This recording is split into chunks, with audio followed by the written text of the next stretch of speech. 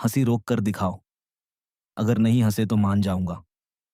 इस कहानी का एंड ऐसा है कि आप हंसते हंसते लौटपोट हो जाओगे।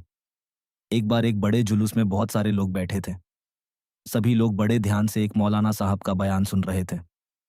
मौलाना साहब स्टेज पर आए और उन्होंने जन्नत और जहन्नुम का बयान शुरू किया। उनका अंदाज बहुत ही गंभीर था और लोग भी बड़ी शांति से सुन रहे थे।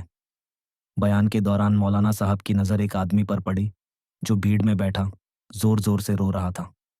उसकी आंखों से आंसू रुक ही नहीं रहे थे। मौलाना साहब ने सोचा, वाह, इस आदमी के दिल पर मेरे बयान का गहरा असर हुआ है। इसे जन्नत और जहन्नुम की बात अच्छी तरह समझ आ गई है। मौलाना साहब ने और भी जोश के साथ बयान जारी रखा। पूरा जुलूस खत्म हुआ और लोग अपने अपने घर जाने लगे। तभी मौलाना साहब ने उस रोने वाले आदमी को अपने पास बुलाया। उन्होंने प्यार से पूछा, भाई, बताओ तुम्हें मेरे बयान से क्या समझ में आया? जन्नत की बात समझ आई या जहन्नुम की? वह आदमी अभी भी थोड़ा थोड़ा रो रहा था। उसने आंसू पोंछते हुए कहा, मौलाना साहब, बात कुछ ऐसी है। मौलाना साहब ध्यान से उसकी बात सुनने लगे। आदमी ने कहा, कुछ दिन पहले मेरा एक बकरा मर गया था और मैं उसे बहुत चाहता था।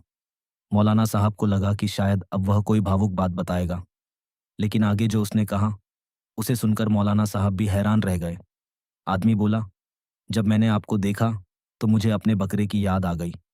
मौलाना साहब ने हैरानी से पूछा, कैसे? आदमी ने रोते हुए जवाब दिया, मेरे बकरे की दाढ़ी में भी सिर्फ 3 बाल थे और आपकी दाढ़ी में भी 3 ही बाल हैं।